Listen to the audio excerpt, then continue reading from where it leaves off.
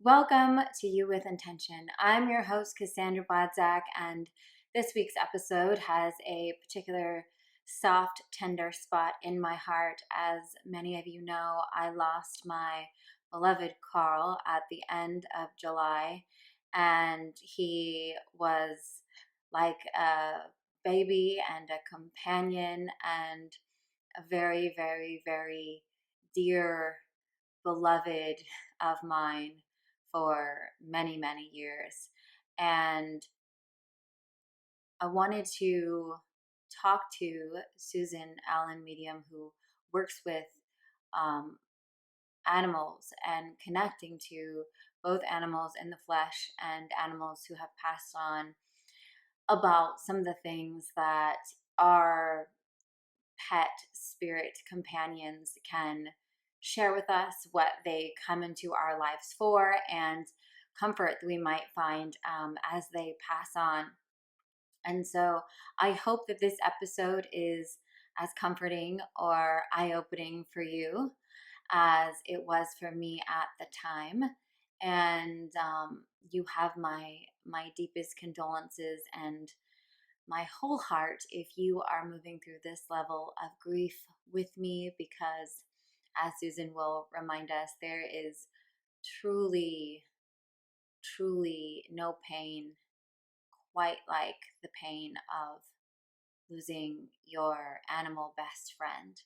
And it's such a unique, heart wrenching journey that's only reflective of the deep, deep love and support and all the beauty that having these animals in our lives gives us at the time. So without further ado, let's dive in. Susan Allen, thank you so much for coming on the podcast today. I am so excited to speak to you on multiple levels, and I think it's just it was divine that you or your assistant reached out to me. My community knows that my longtime dog, Carl, just passed away. But even before then, I've always loved animals. I had my first dog when I was 3 years old till I was 21. He lived a very long life. And then Carl was like my first dog that I got on my own. And I think, you know, in like, what do you call it, like ancient like witchery or whatnot, they call them like familiars. And I just really feel like our animals, they are like sacred companions for us, and they do so much for us on so many levels, on obviously the external level, but I feel like on a deeper spiritual level, they also, I always felt like Carl was like energetically moving things for me sometimes. Um, so I'd love to know, as someone that is an animal soul speak psychic medium, how did you get into this, and how did you first realize that you could communicate with animals in this way? That's a great question. What really started to happen was I would work on a horse when I say work on a horse, I couldn't ride. And I needed a specific surgery to be able to get me on horses again, which I never really returned to, ironically. But I was working on my trainer's beloved show horse named Leo, and I would go see him every week and I'd massage him and I would brush him and then give him way too many carrots, right? And this whole process would take literally 2 hours. And I finally said to him, this was going on for 18 months. I would see him at least once a week. I had a really thriving real estate career. And I said, buddy, I'm not going to see you for 6 weeks. So if you're going to play hard to get and you're not going to put your head down and you're not going to let me kiss you, he was a giant. Like we used to call him Big Red because he was like he would tear over all of us, but was a gentle soul and a world-class dressage horse.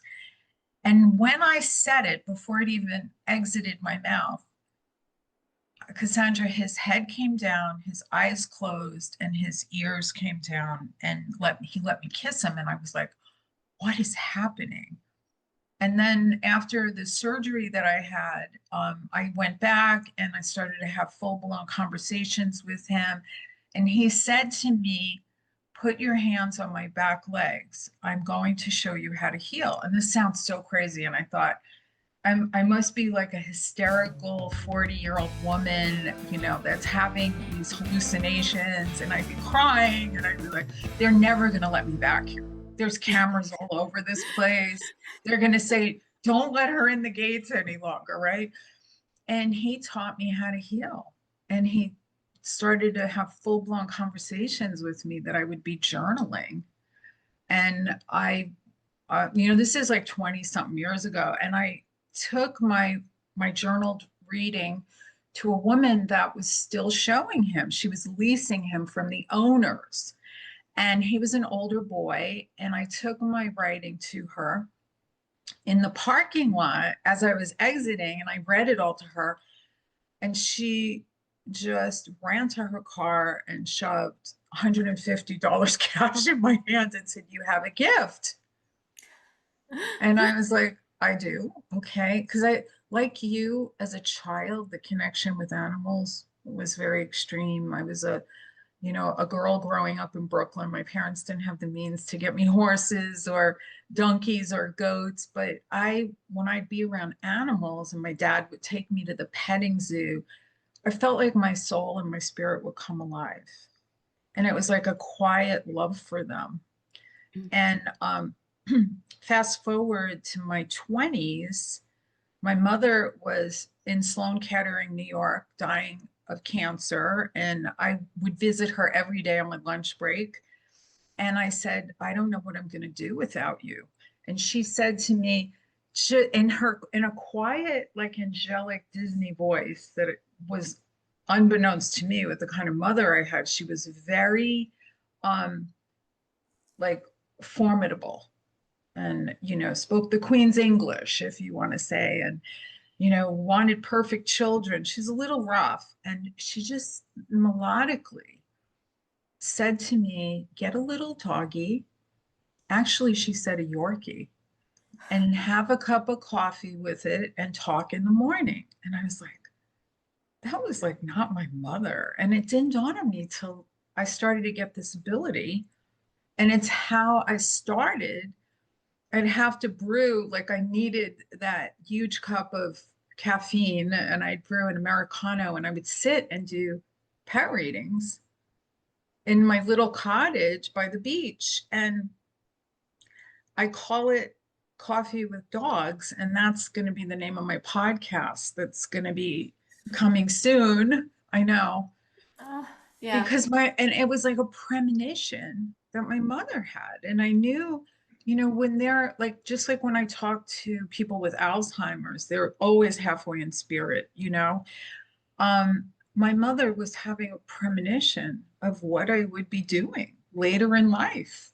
Yeah. And fast forward after she passed, this is what's ironic. She saved my life. Um, I was having a lot of pain, and I took a Tylenol and went to bed.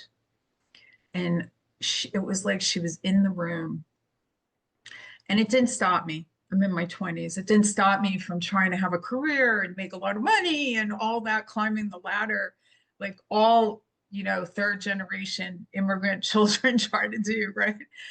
And it was like she was in the room screaming, "Get to the emergency room." And I had just made it. They gave me my last rites.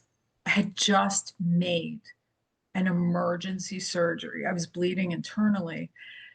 Yeah, Oh yeah, my God. yeah. And she saved my life from the grave. And it's not like I even stopped like to say, that was weird. Like, you know, Of course she did. Of course my mom told me to go to the emergency room. Oh my right. God. I Wow. know. And it's like these things in our life, they don't stop you in your tracks because and that's why I say stay in the quiet place, because so much comes through. If we could just relax and let go of trying to be and become and the doing. It's like not where we're going. It's not like the future of what the spirit world is coming to teach us. They're really teaching us to get to that quiet place. And it wasn't until I started to quiet my mind, just because I probably was in and out of panic attacks since her death, and it was spirit, the anxiety is always spirit, you know, it's always the anxiety beneath you is always the transition to becoming a medium. There's a Wow. gift in that, and So wild. I literally just had another email come across my desk this past like week or two. Someone else like pitching themselves for the podcast, and that was like their main thing. What they were talking about, like your anxiety is like trying to speak to you, but I've never heard anyone say it the way you just did, where it's like this is like you like kind of pushing you to that psychic connection that so many of us probably have and ignore. it's so strange. Like when I think I saw your post about your dog and I felt the grief from you. And I did reach out and say, do you want a reading? But I haven't done a podcast, I think, in a year. I haven't wanted to do one. I haven't felt compelled to do one. So I was like, why am I doing this podcast? And then you mentioned to me that we reached out to you.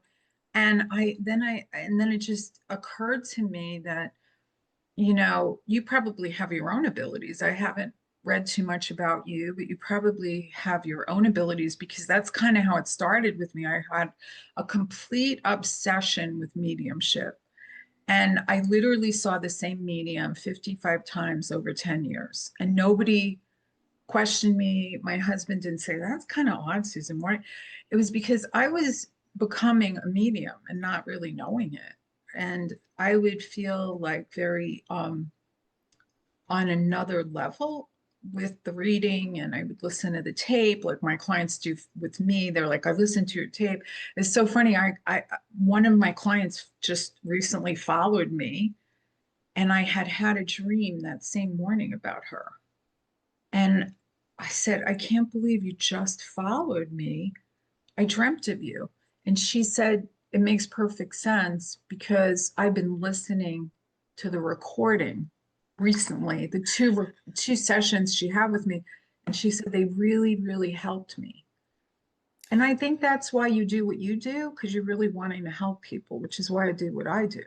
Yeah. And I do believe in like we have different names for it.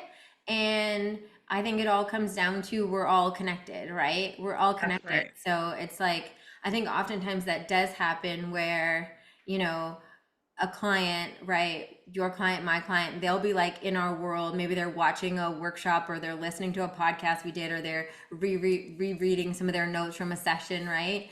And then we'll get a ping about them if there's a ping to get, right? Yes. And I feel like it's so interesting to me. I also, my grandma passed away in 2021, and podcast listeners know about this because I've had the medium that I've gone to about her on the show as well, because I had actually, which is interesting, and I'm curious if you have any thoughts on this, as like a generalization of your Uh-huh. experiences, Sure, right? sure, sure. Because with my grandma, I had incredible mystical experiences when she was making her transition, as well as like I felt her connecting to me very fast after. Like I was getting signs very fast after. I felt like it took her a minute to come to me in dreams, but she was definitely like, I was able to kind of channel with her and like talk to her. And I felt so connected. And I think one of the hardest things about Carl's passing is that I did feel very deeply connected to him in life. And I did exactly, it's so funny. It's funny the things you kind of intuitively just do, but the same way, my husband would always look at me like I was a little cuckoo pants, but I had him way before my husband was even in the picture I ever met him. And I've always traveled a lot for work. I've always like gone in places, and I've been so blessed that Carl has always found his people. Like people, I've never had to just like put him in like a conventional like boarding situation. There's always been like people that just like love him, that are so excited to like spend time with him when I was away. So like they got to hang out with Carl. Carl got his vacation. I got my vacation. But whenever I was leaving, whether I was leaving to go to the gym for an hour or I was leaving to go to Europe for a week, I would always communicate with Carl. I would always say, hey, babe, I know that you don't want to be alone right now, but mama needs to like drop off Hudson and mama has to like run these things. And I'm going to be back around 1 p.m. Right. And I would specifically tell him, like, you can expect me back around what now I know he doesn't have a clock in it, he's watching or whatever. But same thing, like when I would go away, I'd be like, mama's going to be gone for 7 sleeps, 7 night times, and then you'll see mama again. Right. And so I like instinctively would always like communicate these things with him, Sure. even Oh, when sure. it was something like I like towards the end, there were things that sometimes like he would want to eat, and I'd be like, I know you really want to eat this, but you can't eat this because this is not good for you. This will be bad for you, you know? And so, anyway, it's just been night and day from my experience with my grandma's passing, where I feel like I have gotten radio silence from Carl. Mhm. And The so thing I'm curious is, if you've noticed that a difference in like the passing of like when you connect to human spirits or the passing of a human versus the passing of a pet, or if that's just kind of random. well, with Carl, let's just talk about Carl for a minute. It's not even been 49 days since his passing, has it? Has it been at least 49 days? No. Yeah. So he's not completely transitioned. He's still around you. And while he's in this state, it's not purgatory, it's just he's still here around us. While they're in that transitory state, we can talk to them even louder in the sense of what we would like, how we would like to serve humanity, how we would like to raise our vibration. What can I release now? He's basically the reason why he came into your life is because he is a soul pet and he came through with a transition, like a major events would happen with a pet like Carl, in the sense that he probably helped facilitate meeting the husband. He probably helped bring you to a higher place in life. And that doesn't mean prestige and money and all that. It's just your soul is elevated. So, what I do is called animal soul speak and personal soul speak. And with people, just like a pet, when they're still in the transitory state, like yes, they're in heaven. Yes, the spirit world takes them before they feel horrific pain. Like we see them not eating or not doing well or losing weight, but their soul is already so elevated into spirit that when they take their final breath, they're already in spirit, but that doesn't mean they're in the realm of the angelic realm yet. They're still kind of here in the in between, and it just means they're still with us. So when he makes his final transition, um, you probably will dream about him. You probably will hear from him. You probably will have signs and symbols for him. I know I was very ill, and suddenly my dog Rosie, who was my soul pet, when I got up in the middle of the night to use the ladies' room, I looked down and she was there curled up in a ball. And I can see spirits. So they're usually always with us. They come back to help us. They're coming in now more than ever as, angels and people, and when they come in as a soul pet, it's usually because you've had many, many lifetimes with them and you are in a transitory state. So the 14 or 15 years that you have with Carl, how old was he when he transitioned?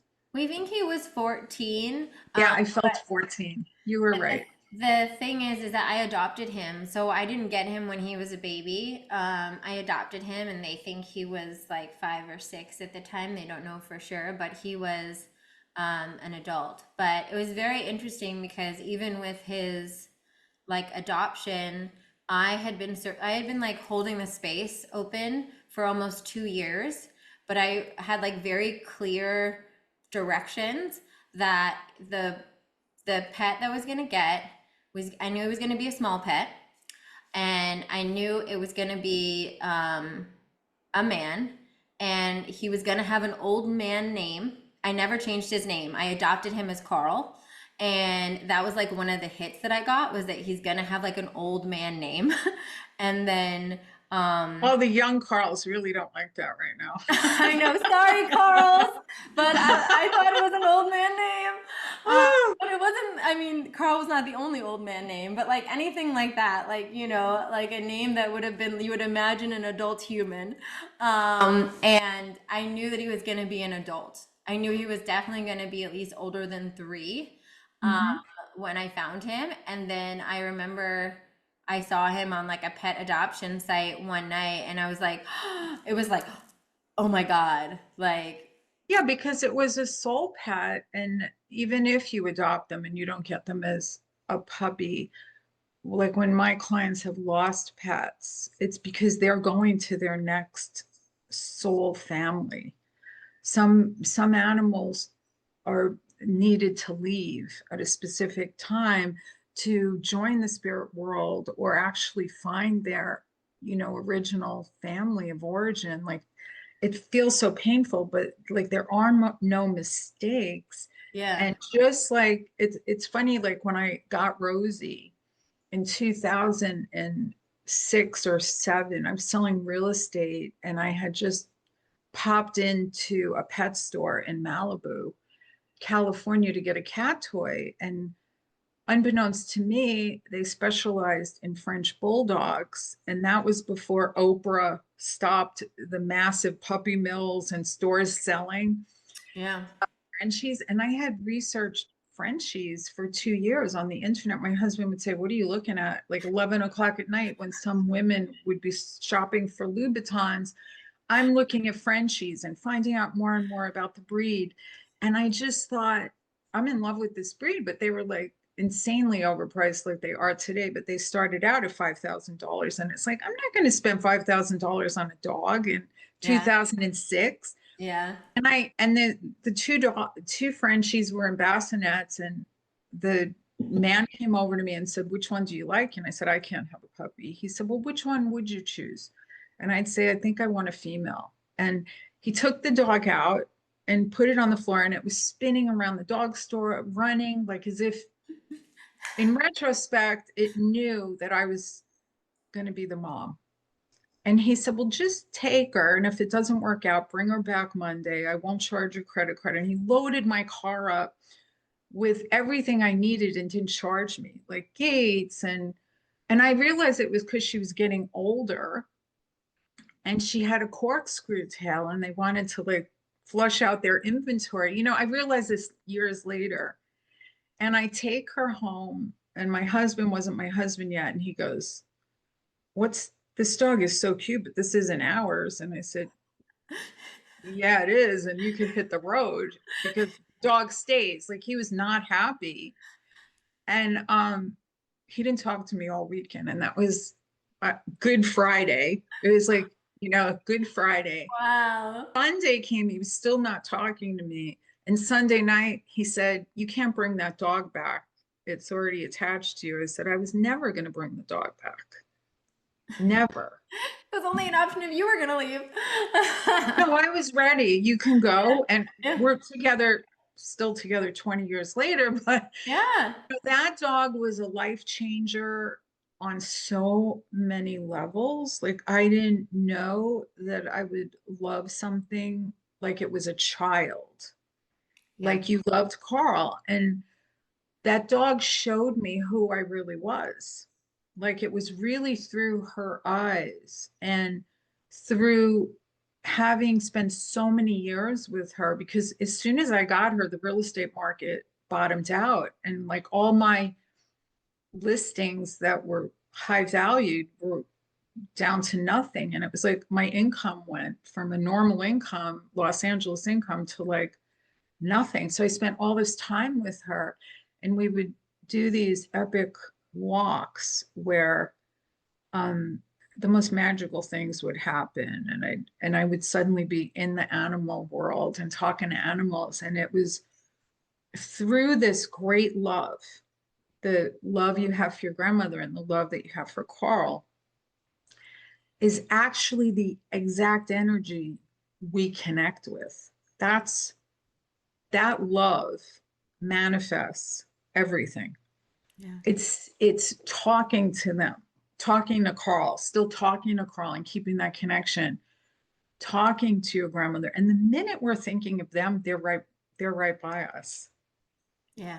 I know you Yeah. said you talk to a lot of mediums, and it's really true. Like as we think of them, they're already here with us.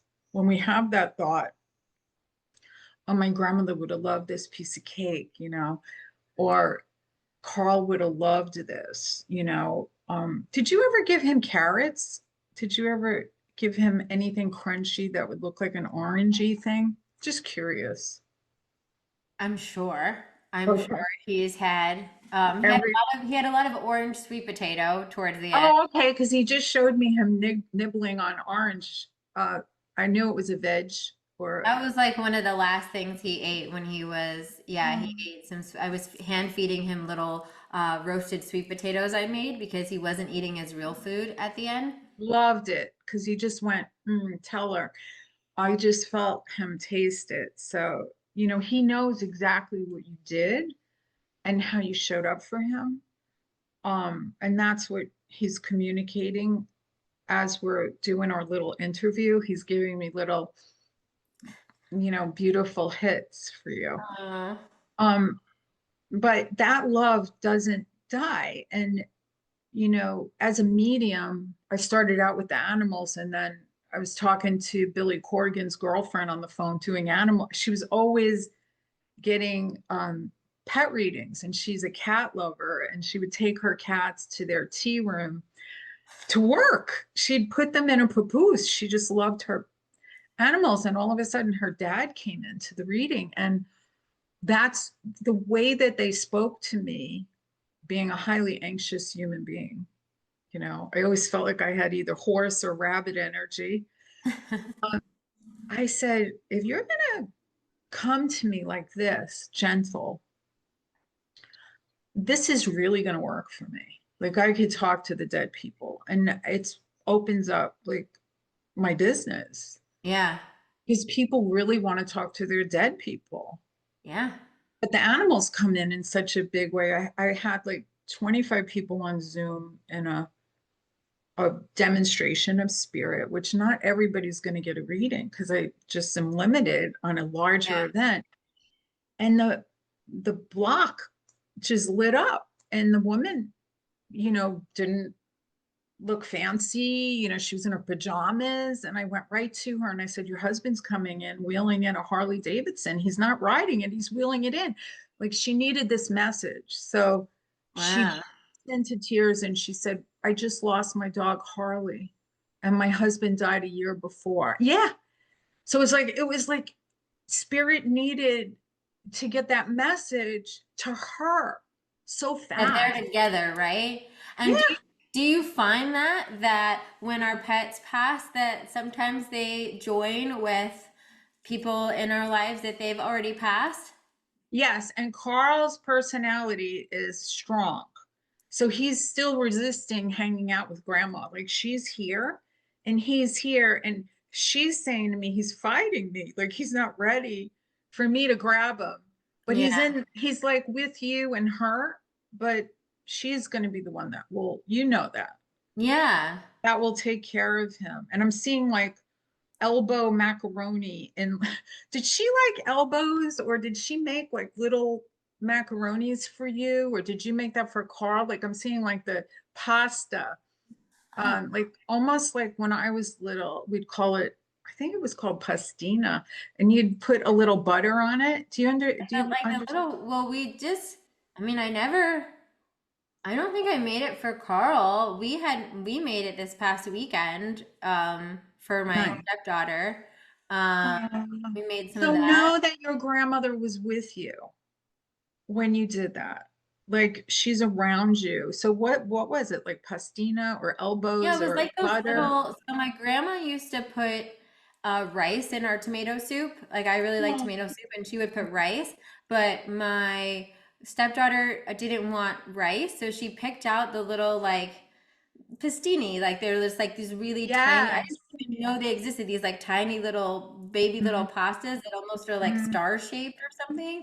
And we Yes, made that's them. what I We put them in saw. tomato sauce. Yeah. Oh, how So I don't know. We sweet. just did Okay. that this weekend, and it's Well, been, it's it's just funny. acknowledgement that she's around you when you're giving your stepdaughter the kind of love that you give her and the connection that you have, that your grandmother is proud and around you and helping you because you have a lot of love around you, but you also give a lot of love. And that's spirit sees that because that's the highest vibration, that energy. Aw, yeah, my grandma really loved Olivia, my stepdaughter, and she didn't get to spend much time with her before she went. But I always like try to talk when stuff like that happens. I always tell Olivia like, "Oh, I used to do this with my grandma, and we used to put rice in, and so I always like try to talk about it."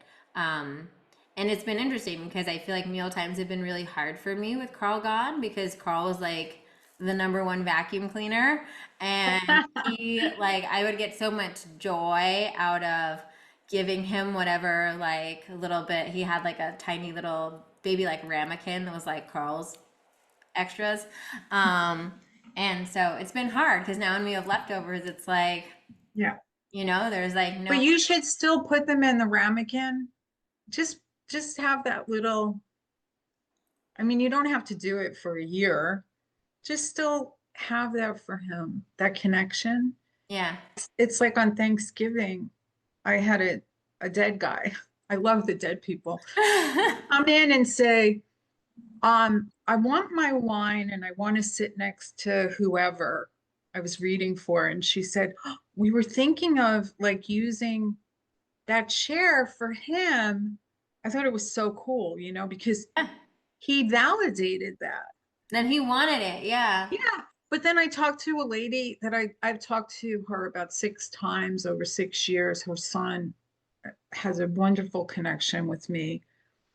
And her daughter was getting married a week later, and she was really having emotions.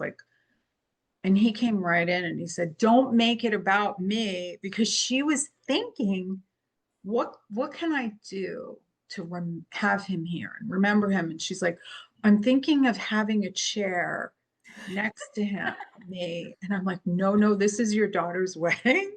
Don't make it about Corey. Don't make this about Corey." And she laughed and she goes, "Oh my God, Susan, I'm so glad that you told me that," because she felt like she needed to, Oh, I 100% did that. you I get it. understand. You We had get it. like a whole area with a chair with my for my grandma for my wedding. I wore my grandma's wedding dress for my wedding. She never got to see it, but Oh, or she saw it. in the physical. But yeah, I totally relate to that. So what is it for you now? We had talked briefly before I pressed record, but I think it'd be something interesting that because I have talked about this previously just with general spiritual hygiene, so I love that you mentioned this. Mhm. And Susan was telling me about how she does have very clear kind of like door open, door closed when she's available to, receive messages. So let's say if you're going into a reading or you're opening the doors for, to see if Carl has anything to say or whatnot, is there a certain process you do or anything like mentally you kind of like open up or say to yourself that helps you kind of open that door? And then is there something you do to help close that door when you're done talking to someone so you're not like hearing from Carl the Yeah. rest of the night? Yeah, I do it. It's like under 2 minutes. I do it at the beginning of my reading and I close at the end. And while I'm in that state with you, let's say, and I do this opening prayer and meditation under 2 minutes, it's like we just open together. And while I'm in the prayer and meditation, I'll actually forget what chakra I'm working on because the dead people are coming in or Carl's there or so it's a lot of information that comes in and I honor that. And when we are done, I close down with you. So Yeah, your deceased loved ones aren't hanging around. And then I could yeah, go on to my next client. So it's like hygiene. It's Yeah. like flossing your teeth. Yeah. And I had to do it because when I first started to work professionally, when I lost Rosie, the grief was so real. My eyes went from, light brown to black. Your eye color will change from grief. And I look like so many years older. It was just like the grief was I overwhelming. literally have gotten wrinkles in the past I like 3 weeks that I never had. I'm like, Carl, you're gonna make me have Botox? I've never gotten anything done to my face or anything like that. But I swear, since he's passed, I like wake up and sometimes I'm like, I don't even recognize myself. Like, what is this face That's that very I'm normal. It's very, very normal. When it's like when you would lose a child, and that I just want to reiterate, I have never felt more grief with talking to women that have lost children than I do when people lose pets. It's I want the to talk about this because this is something you mentioned, and it's also something that I've been blessed enough that I have, of course, like we find each other. So a lot of my girlfriends are dog mamas too. And when this all was going on, they've all been just so sweet and supportive. And a few of them mentioned, like, when they had lost someone, their pet, they did some research into it and they actually found that, like, the level of grief that you feel when you lose a pet is on a whole different level. And it's a different level can you because explain they're that? Yeah. energetically balancing us, communicating with us, giving us the next thought, the next idea, raising our soul consciousness. They're here really to get us to the next level. And I talk about this and I write about this, that there is no judgment. If somebody says, like, I don't have judgment when women have abortions, like, there's no judgment. But there are people that will give up their pets. Like the beginning of COVID, all the shelters were empty. COVID ended, and the shelters were full of pets again, and the pets were being euthanized.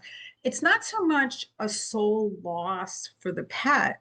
Really, we need to understand that the animals should be with us from the time we get them till they cross over, because it's for our soul's growth. And when people shoot animals in a shelter, I know I'm digressing, but it just is coming No, up yeah, yeah. when they say, oh, look, the animal's crying. Oh, look, the animal's in the back of the cage. It's not so much that, it's that they know that they have not completed helping their human or getting us to our next level. So it's very sad for our soul to have given them up or have needed to give them up or had to leave them. Like as a realtor, we were finding during the real estate crisis in 2007, animals were being left in locked houses. It was crazy. Um, and they're like, again, no judgment. I feel bad for the human more than I do for the animal because the animal knows its soul's growth and knows where it's going and knows. Yeah. I feel horribly bad for the human that had to leave a pet, dump a pet, or move on from a pet because Oh, they're there really to elevate. well, my father still to this day is like, I think traumatized because when I was a little girl, we had a big sheepdog named Bogart, and he would like, when my mom was like out in front, like he would kind of like watch me in my little pram or whatnot. And there was like another neighborhood dog that I guess was like coming by that he thought was being like aggressive, and he attacked him. And so like our neighbors like put up a whole thing and told that we had to get rid of him, like they were gonna file a chart, like all this stuff. And so my dad had to bring him to the pound, and he was absolutely like devastated and heartbroken and took it fully on himself. Like I should have been able to make sure that my dog, was contained and wouldn't have done that, but it was just not in his character normally. And he was definitely just protecting me because he was like hyper protective of me as a baby. But I do think it's so sad. And I think, there were times with Carl, even early on, it was challenging being a single woman, traveling a lot. When I got Carl, like you mentioned, I got Carl, my business was just starting to take off. And, a few years into Carl, my business really like was sailing and I was very successful. But like in the beginning times, I didn't have like a ton of expendable income. So there was like a pressure of like, oh, every time I have to go away, I need to make sure Carl's taken care of. And that's like a second, you have so many favors you can ask from friends, but then even like people that love him, you want to pay them because it's the right thing to do. Yeah. Um, and then it becomes like that. And there were so many times where I was like, man, like this is really hard. I in myself just am not someone that could ever put it back, right? But the temptation was there and the thoughts of like, man, can I really handle this? Am I doing Yeah. this like well? But it's like in those moments, it's just like in any other relationship in our life, right? Like when it's hard is often when our soul is like growing the most, is often when we're like really about to hit that next up level because the resistance is so formed when we have that choice to like fall back and do the comfortable thing and get ourselves out Yes. or like ascend through it and get to that next level. And then I think once I pushed past that time when I was like really in that thought of like, oh, did I do the wrong thing here? Maybe I wasn't, well enough off to make this work. It just and then my business exploded. How beautiful. What a great, stunning, gorgeous. That's a beautiful story, Cassandra. Thank you for sharing it. I And love it's the so sacrifices. I have a question. So for two questions that come up to me. One, because I feel like as someone listening to this episode, maybe this episode I feel like is going to attract people that have either recently lost pets or have a deep connection with pets, or maybe are curious about calling, like maybe they had a deep connection with a childhood pet and are wondering if they're ready for like another pet. Um, so they kind of connect to each other. One is there any advice you would give to someone that's like, okay, I think I'm ready for my soul pet. How do I like open the space to know who they are and to kind of attract them into my life and know the methods of how to find them, so to speak? And then two, I been deep diving down the rabbit hole since Carl's passed. And one of the things I saw on YouTube was this theory that often our deceased pets will help introduce us to our next pet. Do you believe this? And if so, like, how do you feel like this happens? Well, I feel don't look, let the game come to you. Like my client in Japan, we're very, very close. She had a reading with me. She was so belligerent and angry, and I was trying to get through her anger from losing her young dog who was hit by a car. And there was so much rage and anger. And she just finally said, well, what's it going to be? Is he going to come back to me? And I said, there'll be an electrical occurrence. I don't know how I got this because I'm in an altered state, and it will be different colored. And I told her a couple of things, and I just said, I hope she never calls me again. It was that difficult. She was like yelling and You're angry. like, I why mean, I did hope you she even doesn't. ask me for Well, a reading? I just hope she never sees your podcast because we're very close now. And then I was in between assistants, and my husband is really good with tech. And I said, you've got to send her the recording. It was before I would give a recording. We charged for the recording. She paid for a recording. How does this make me look? Like, it took him a month. He finally sends her the recording and she immediately books. And I went, oh, dear God, what's going on? And the first 30 minutes of the reading, she said, I was in Utah at the breeder. She said, and you said, look for an electrical occurrence. And they live on this huge farm and they had tons of litters of this particular dog. And she said, the whole farm has generators and the lights don't go out, it just doesn't go out. And they had an electrical occurrence. The lights completely went out. Like, you can't Oh make my this shit up. God, She said that's the lights wild. completely went out. And she said she had her camera on. So she sent me the video. She had her camera on before the lights went out. This is crazy. And she said, Rio, how will I know it's you? She said there were like 12 puppies, all at the front of the fence. And all of a sudden in the video, the lights go out. And when the lights come on within like 10 seconds, there were two puppies neck and neck in the front. And she calls me and says, I want to give the female to my mother. What do I do? And I said, no, your mother doesn't want a puppy. You have to keep both of them. Like, unbeknownst to me, she keeps both of them. And the boy dog ends up being the reincarnation of the dog she lost because she said, Susan, yeah, she said, Susan, he literally is only 6 months old and he knows all the tricks I taught my dog that I lost. Like, she said, I only had to do it Carl, do once. you hear me? Reincarnate. I mean, it's really a thing. And that's what also made me believe like reincarnate, like through these readings, I have learned so much about spirit, about how they show themselves to us. I'm doing this 20 years, and this was not something I ever thought I would do. I would go to the readers, I would go to the mystics, I would go to the mediums. I love tarot cards. I love these people. Yeah. But if you think like my family was all about success, success, Yeah. success. What degree do you have? Who did you marry? Like, Yeah. how I ended up here is a complete, unbeknownst to me, miracle, but this feels more truly me. Yeah. And I love that. That's so powerful about yeah, that the dogs reincarnate too and can come back as another pet. And I feel like there is I have felt that on different levels. Like I do feel like there was a connection with like the dog I had when I was little and the second dog my parents got.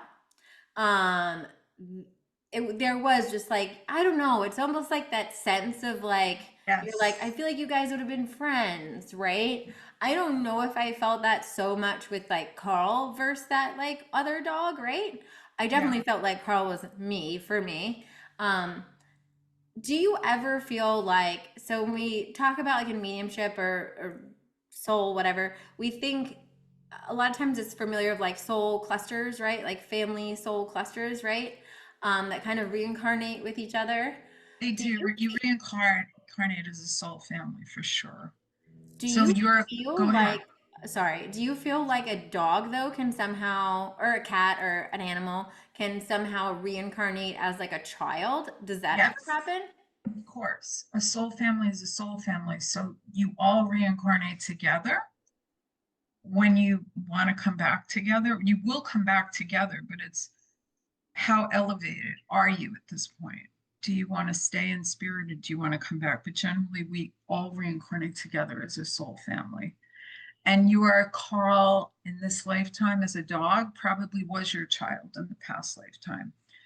So, yes. And how I found that out was again, like I learned everything I know from animals, from Leo, from my dog Rosie. And then I started to study mediumship. Yeah. It was like, reverse engineered my abilities. I was naturally an animal communicator coming in. But the point that I'm trying to make is that animals will and you decide together. We all catch up with each other in spirit. And then we decide what we're going to do together, how we're going to come back together. Yeah.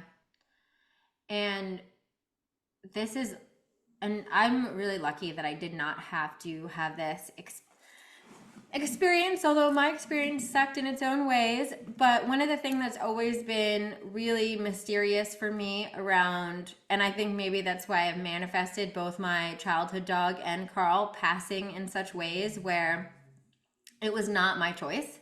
It wasn't something that I had to like get some information and decide Mhm. to euthanize them. Um, both of them clearly, Transition. Yeah. had, was their time.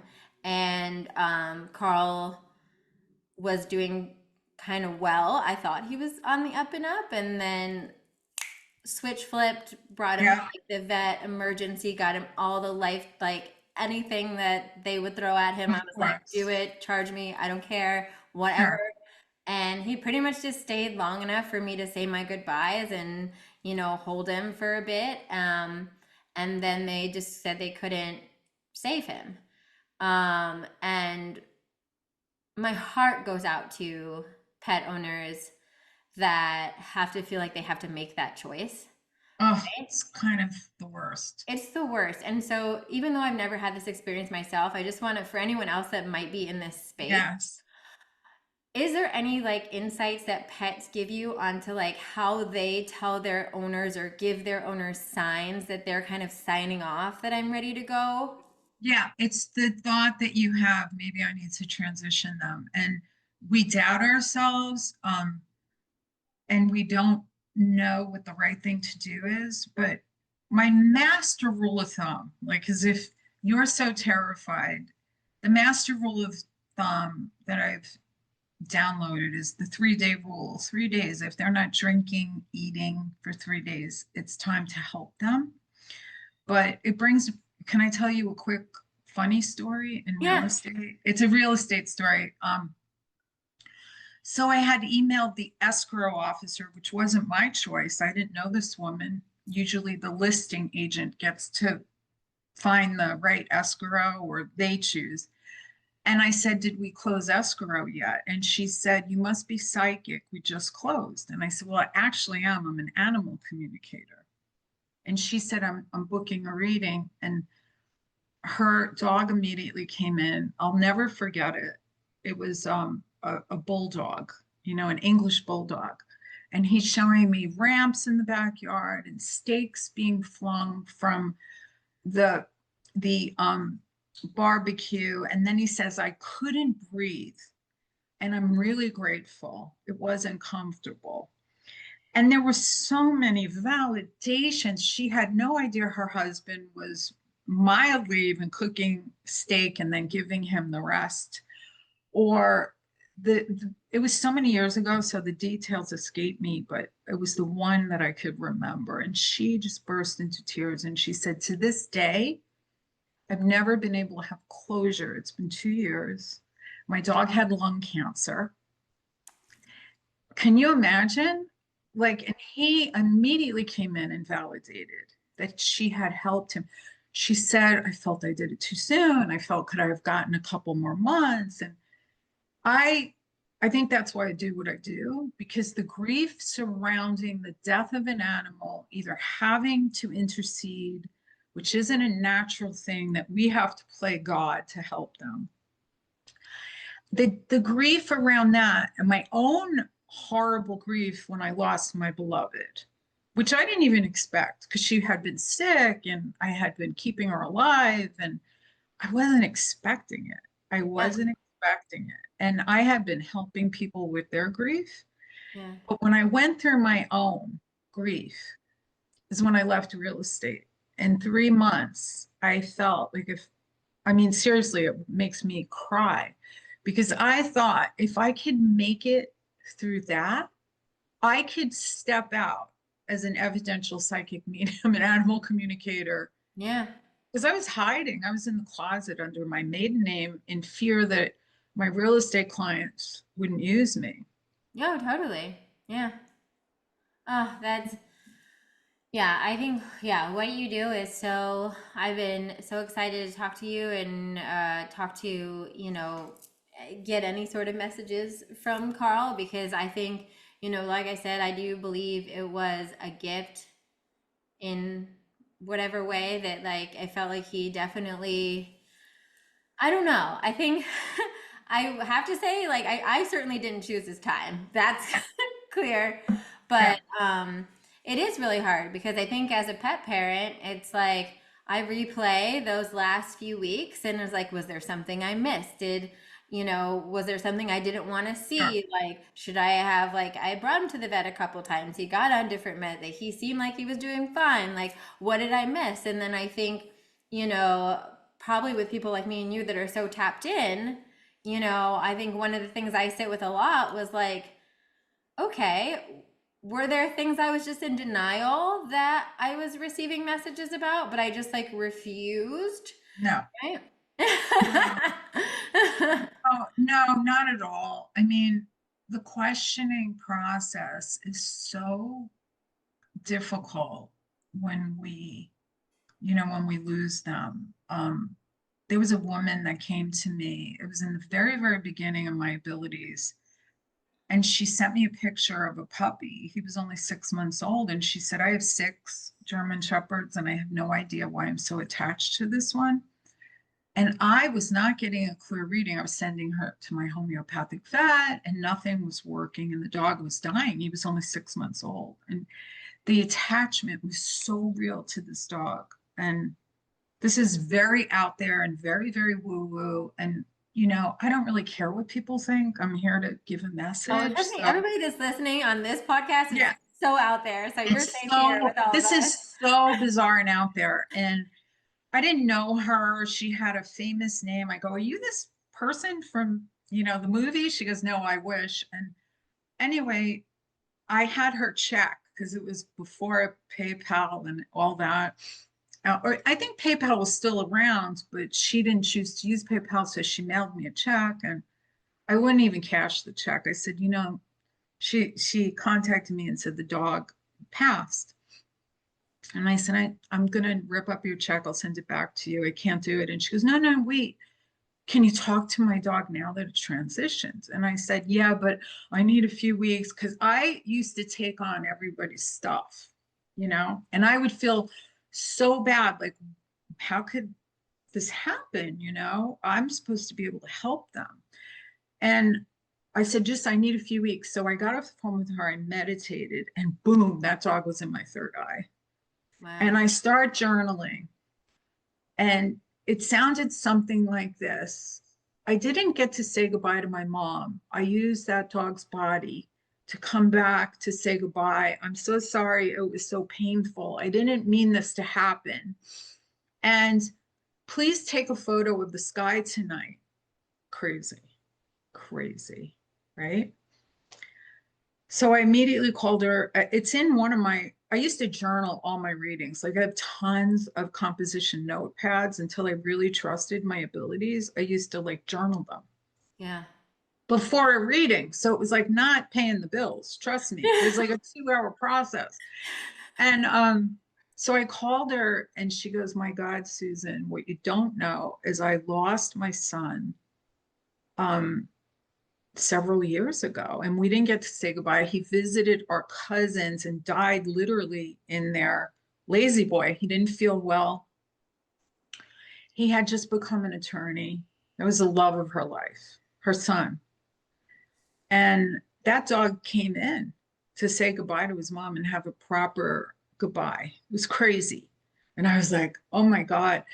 And we even like made a little video about it, but I don't even know where that video is. She wanted to be a part of that video when we were taping a possible animal show for me. Wow. And what the other thing was is, unbeknownst to me, she liked taking pictures of orbs, right? Okay. That she would capture. And she said that picture was already taken the night before. She sends me a picture. This is mind blowing, of an orb, and it's a laughing white German Shepherd, just like the dog she lost. Like, you can tell when an animal's smiling, in a photo. Wow. Yeah. Right. And so I was like, am I seeing this? And I sent it out to like 10 people, not saying a word. What do you see? A German Shepherd in the orb. Yup. Yup. And I was Oh like, my oh my God. God, you can't make it up. I'm not like, you can't make this up. Wow. Oh my God. Right? Wow. Oh, so special. And I think just goes to like our earlier point, right? About the kind of soul family and how Yes. like it's all connected and our pets are so interwoven with our family. Oh my God. Well, Susan, this has been so great. I want to be so respectful of your time. It's been an Thank hour. you. So if you want to just wrap up, if there's any final like message maybe that you'd like our listeners to leave around that like their animals want them to know or you'd like them to know about animals or their animals who passed to close it up. I would just like to invite everyone to just love yourselves the way your animals love you. Try to remember that great deep love that your animals have for you and had for you, and try to replicate that inwardly. That's kind of like the message that they give us. And I'm going to be talking more about this on Coffee with Dogs. Ah. We're going to be talking about soul families and dogs and reincarnation. And I have like group events or privates. It's all on my website. I love it. So I'll put all those links below wherever you're watching this. If you're watching it on YouTube or you're listening to wherever you love to listen to podcasts, check out the show notes. I'll have Susan's Instagram, her website. You can book a session with her. All the links to find out everything she's up to. Thank you so much for being on, Susan, and for all of your beautiful wisdom from our furry friends from the beyond.